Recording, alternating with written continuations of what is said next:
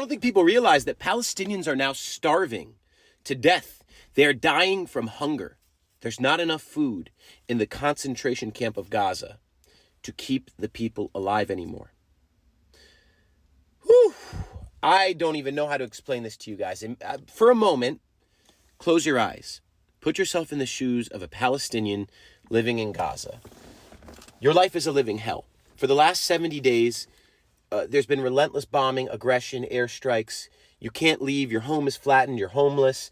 You can't go to see a doctor for the injuries you have. You're traumatized beyond belief. And now you have a new greatest fear, which is that any given day, there's not going to be enough food for you to survive. There's not enough bread for you and your family to keep functioning. It's so fucked up.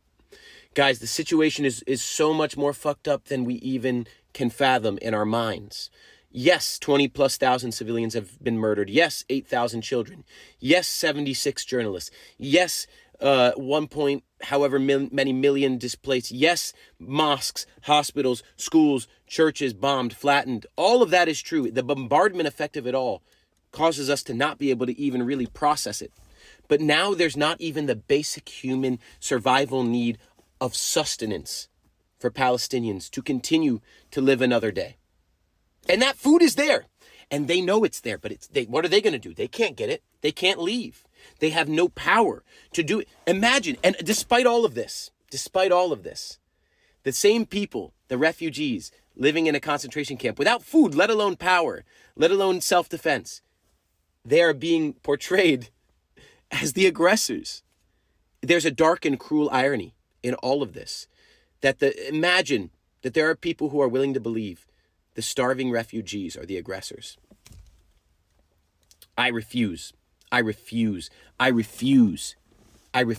stop talking about Palestine. We have to start talking about Palestine, and not just we need a ceasefire, not just we need humanitarian aid. We need to start talking past what I've seen people on TikTok describe as the fear paradigm.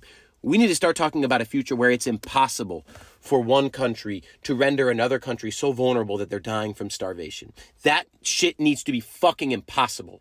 What Israel has done to the people of Gaza is a textbook example of what we can never again allow anybody to do. The volume needs to go all the way the fuck up. Protests, we need more of them. Strategically targeted boycotts, we need more of them. Mass collective nonviolence, we need more of that too. We cannot allow the people of Gaza to die from airstrikes or bombs, and at the very fucking least, starvation. Listen up, because this is important. You should be hearing this on the news, but you're not, so I'm going to tell you. Now that South Africa has issued proceedings against Israel for the crime of genocide at the International Court of Justice, otherwise known as the World Court, here are what they list as expressions of genocidal intent against the Palestinian people by the Israeli state officials and others. This is only from 3 pages, pages 59 through 61 of the application that South Africa submitted. And you can find more background details from the most recent video that I posted about this 2 days ago on this action by South Africa. Okay, on with the expressions of genocidal intent. First, from the Prime Minister of Israel on the 7th of October 2023, in a televised address by the government press office, Netanyahu promised to, quote, operate forcefully everywhere. On the 13th of October, he confirmed that we are striking our enemies with unprecedented might. On the 15th of October, when Israeli airstrikes had already killed over 2,670 Palestinians, including 724 children, the Prime Minister stated that Israeli soldiers, quote, understand the scope of the mission, end quote, and stand ready, quote, to defeat the bloodthirsty monsters who have risen against Israel to destroy us. On the 16th of October, in a formal address to the Israeli Knesset, he described the situation as, quote, a struggle between the children of light and the children of darkness, between humanity and the law of the jungle, end quote, a dehumanizing theme to which he returned on various occasions, including on the 3rd of November 2023, in a letter to Israeli soldiers and officers also published on the platform X, Twitter. The letter asserted that, quote, this is the war between the sons of light and the sons of darkness. We will not let up on our mission until the light overcomes the darkness. The good will defeat the extreme evil that threatens us and the entire world. And the Prime Minister, Netanyahu, also returned to this theme in his Christmas message, stating, quote, we're facing monsters who murder children in front of their parents. This is a battle not only of Israel against these barbarians, it's a battle of civilization against barbarism. And then on the 28th of October, as Israeli forces prepared their land invasion of Gaza, the Prime Minister invoked the biblical story of the total destruction of Amalek by the Israelites, stating, quote, "You must remember what Amalek has done to you, says our Holy Bible, and we do remember." The Prime Minister referred again to Amalek in the letter sent on the 3rd of November to Israeli soldiers and officers. The relevant biblical passage reads as follows, quote, "Now go, attack Amalek and prescribe all that belongs to him. Spare no one, but kill alike men and women, infants and sucklings, oxen and sheep, camels and asses," donkeys obviously. Right, moving on to the President of Israel. On the 12th of October, President Isaac Herzog made clear that Israel was not distinguishing between militants and civilians in Gaza, stating in a press conference to foreign media in relation to Palestinians in Gaza, over 1 million of whom are children, quote, "It's an entire nation out there that is responsible. It's not true, this rhetoric about civilians not aware, not involved. It's absolutely not true, and we will fight until we break their backbone," end quote. And on October 15th, echoing the words of Prime Minister Netanyahu, the president told foreign media that, quote, "We will uproot evil so that there will be good for the entire region and the world," end quote. The Israeli president is one of many Israelis to have handwritten messages on bombs to be dropped on Gaza. On to the Israeli Minister of Defense. So on October 9th, Defense Minister Yoav Gallant, in an Israeli army, quote, situation update, advised that Israel was, quote, imposing a complete siege on Gaza. No electricity, no food, no water, no fuel. Everything is closed. We are fighting human animals and we are acting accordingly, end quote. He also informed troops on the Gaza border that he had, quote, released all the restraints, stating in terms that, quote, Gaza won't return to what it was before. We will eliminate everything. If it doesn't take one day, it will take a week. It will take weeks or even months. We will reach all places, end quote. He further announced that Israel was moving to a, quote, full-scale response, and that he had, quote, removed every restriction on Israeli forces. Right, now the Israeli Minister for National Security. On November 10th, Itamar Ben-Gvir clarified the government's position in a televised address, stating, "To be clear, when we say that Hamas should be destroyed, it also means those who celebrate, those who support, and those who hand out candy. They're all terrorists, and they should also be destroyed." Next, we have the Israeli Minister of Energy and Infrastructure on Twitter. On October 13th, Israel Katz stated, "All the civilian population in Gaza is ordered to leave immediately.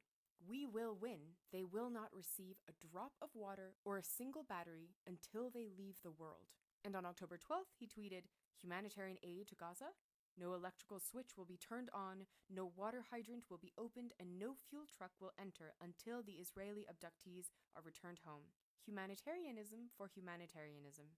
And no one will preach us morality." All right, just a few more. On November 1st, the Israeli Minister of Heritage posted on Facebook, quote, "The north of the Gaza Strip, more beautiful than ever. Everything is blown up and flattened. Simply a pleasure for the eyes. We must talk about the day after. In my mind, we will hand over lots to all those who fought for Gaza over the years and to those evicted from Gush Katif." He later argued against humanitarian aid as, quote, "We wouldn't hand the Nazis humanitarian aid. There is no such thing as uninvolved citizens in Gaza." Next, the Israeli Minister of Agriculture, who gave a televised interview on the 11th of November recalling the Nakba of 1948, in which over 80% of the Palestinian population of the new Israeli state was forced from or fled from their homes, stating in that interview that, quote, "We are now actually rolling out the Gaza Nakba." Finally, we have the Deputy Speaker of the Knesset and a member of the Foreign Affairs and Security Committee, who on October 7th tweeted that, quote, "Now we all have one common goal, erasing the Gaza Strip from the face of the earth. Those who are unable will be replaced." Thank you so much to this Twitter/X user, Izzy, for compiling these from South Africa's application to the ICJ. And as well, if you find this Twitter user on Twitter/X right above my head, they've shared a comprehensive list of these actions and statements of genocidal intent that is being constantly updated. So yeah, share this far and wide. South Africa's keeping receipts. We've got to do the same.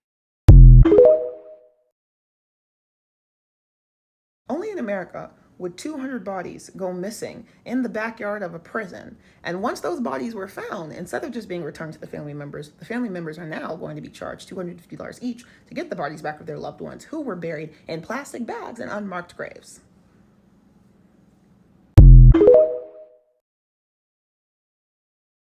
You guys are probably aware. Yeah, the situation in Palestine has worsened. I think the death toll is now 20,000. Over 20,000. Yeah. And actually, just the other day, the US vetoed on a decision by the UN resolutions to have an immediate and permanent ceasefire. And because obviously US has veto power, it's their say over everybody else's, which I really don't understand. Like, I don't understand that. I'll actually never What get is the point of calling a UN meeting? What is the point of Yeah. gathering these One country has countries power. and these representatives if one country can just say, nah. Yeah, and none deep of you votes matter. America's one country, guys. One Yeah. country. It's not a collection of countries. It's one country. If that's How the much case, power? the UN is not the UN. I'm sorry. Yeah, it's You're not. Nothing, there's nothing united about you. Yeah, what's uniting us right now? So it's America and co. Yeah. America's the big dog, and it's just I'm gonna do whatever you say, love. So now the UN isn't doing nothing, which is nothing new because they weren't doing anything to begin with. Yeah. And it really makes me question: what is your purpose? Yeah. What are you there for? If you cannot stop a genocide from happening, Yeah. what is your purpose as the United Nations? Yeah. And guys, that genuinely only leaves it up to us. Like,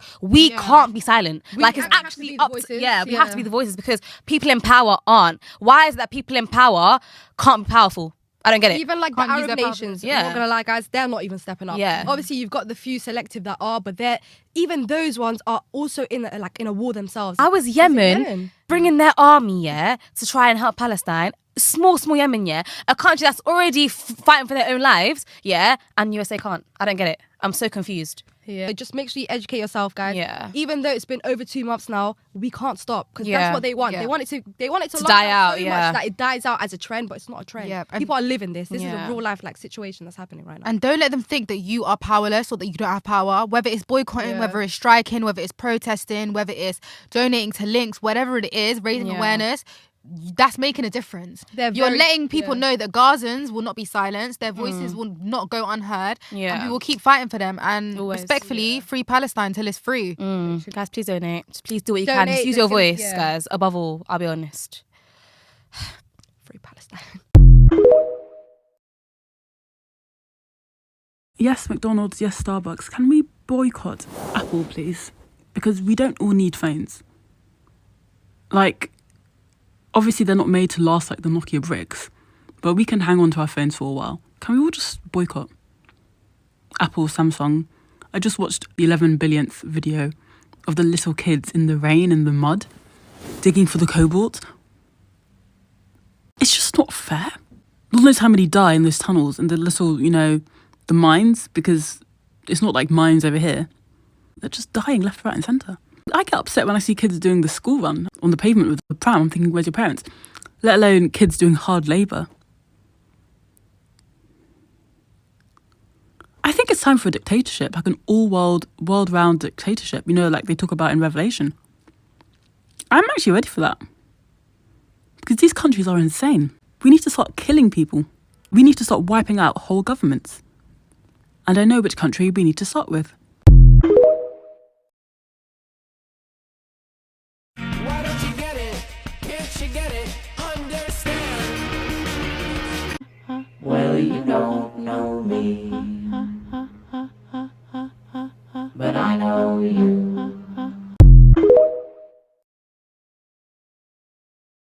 If you hadn't heard already, in Afghanistan, the Taliban have made it illegal for shop owners to show the faces of female mannequins. It is now required that their faces be covered up by some sort of fabric. Do you understand how ridiculous that is? That the Taliban have found a way to sexualise mannequins, inanimate objects. And as though this wasn't enough, there were complaints that other body parts of the mannequins were showing, like their hands and legs and neck area. But the only reason why these body parts were not also banned from being shown is because the men that own the shops said that this would affect their business, as it would affect the presentation of the clothes that they are trying to sell. I hope we've come to a point in the world where, with everything that's going on in Afghanistan and in Iran as well, that we realise that this is not about religion. These religious extremists thrive off of the oppression of women. This is not about modesty. This is not about the word of God. This is and always has been about controlling women, and it encourages violence against women and girls. If you really care about the lives lost here, you should honor the lives lost and call for a ceasefire in Palestine. Ceasefire!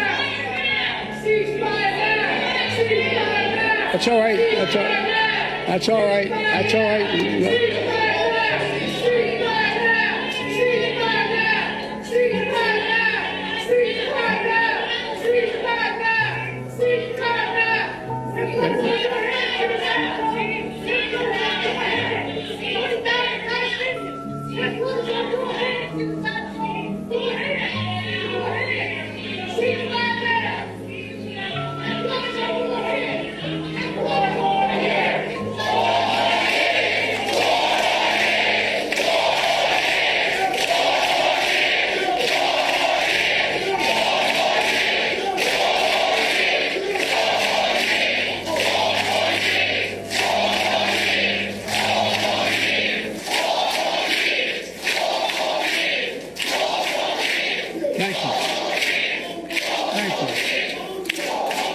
Thank you. Look, folks, I understand their passion, and I've been quietly working with the Israeli government to get them to reduce and significantly get out of Gaza. I'm using all that I can to do that. It's a good question. Who's going to tell him, boys? You want to tell him? Should we tell him? You want to tell him? Should we? You want to tell him? A code!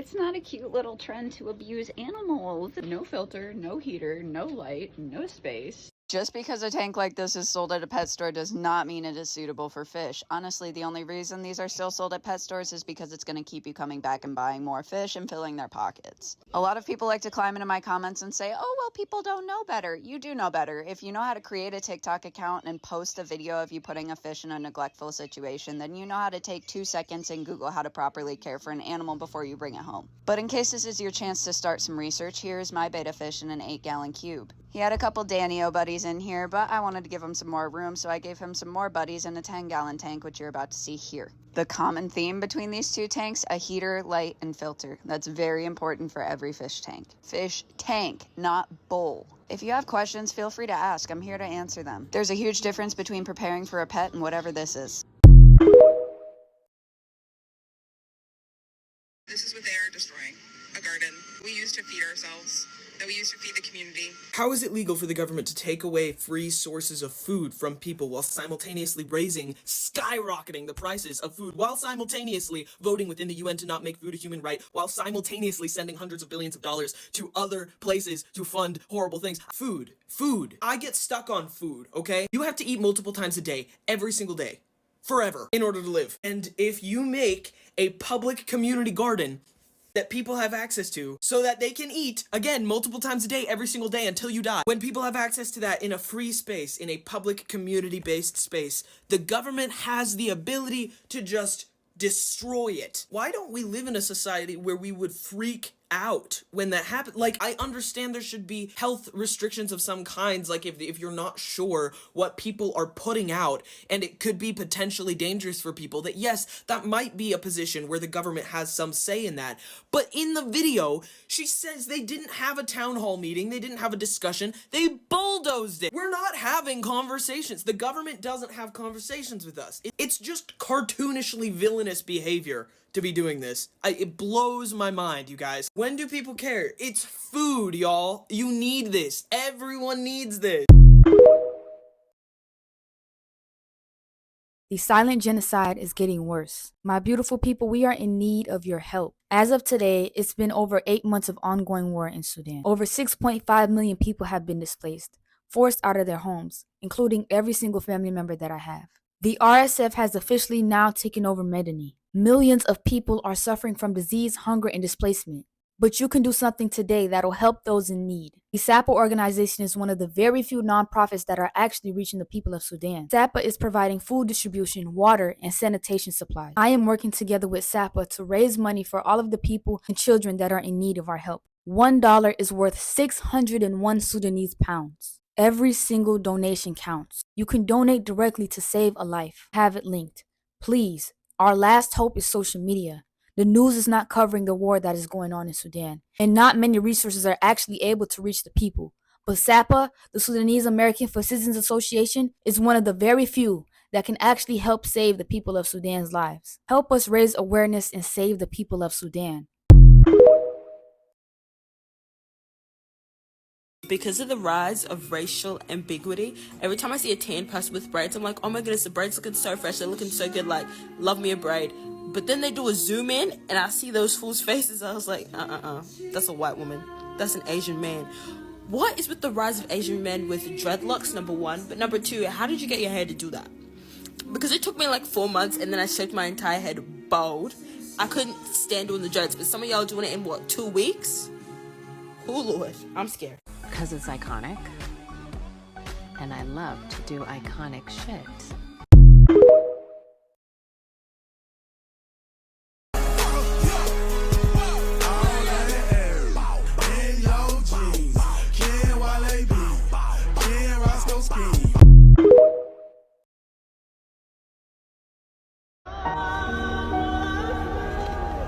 موطني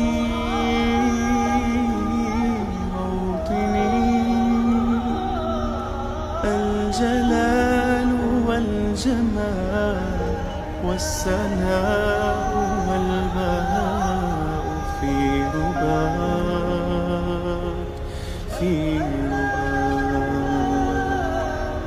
والحياة والنجاة والهناء والرجاء في هواك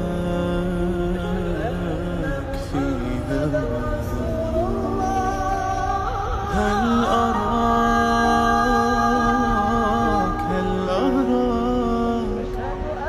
سالما منعما وغانما كراما سالما منعما وغانما كراما هل أراك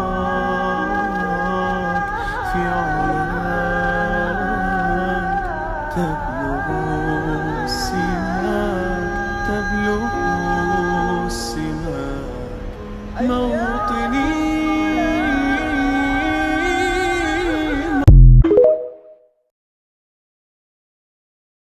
We all know pigs ain't shit. So in Canada, there's been 2 instances where the cops have brutalized protest goers both in Calgary and in Toronto. They ripped a pregnant hijabi woman's hijab off and she was at risk of losing her baby. And they brutalized a minor who was a survivor of the Israeli occupation force from Gaza.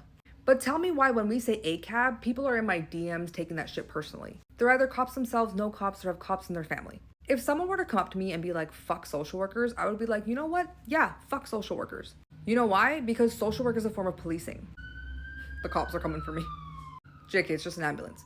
Anyways, when people say fuck social workers and fuck the system, absolutely I'm right there with them. I don't take that shit personally because I know I do my best to work with my families in a holistic way. But that doesn't negate the fact that I work for a very corrupt and colonial system, and I recognize that.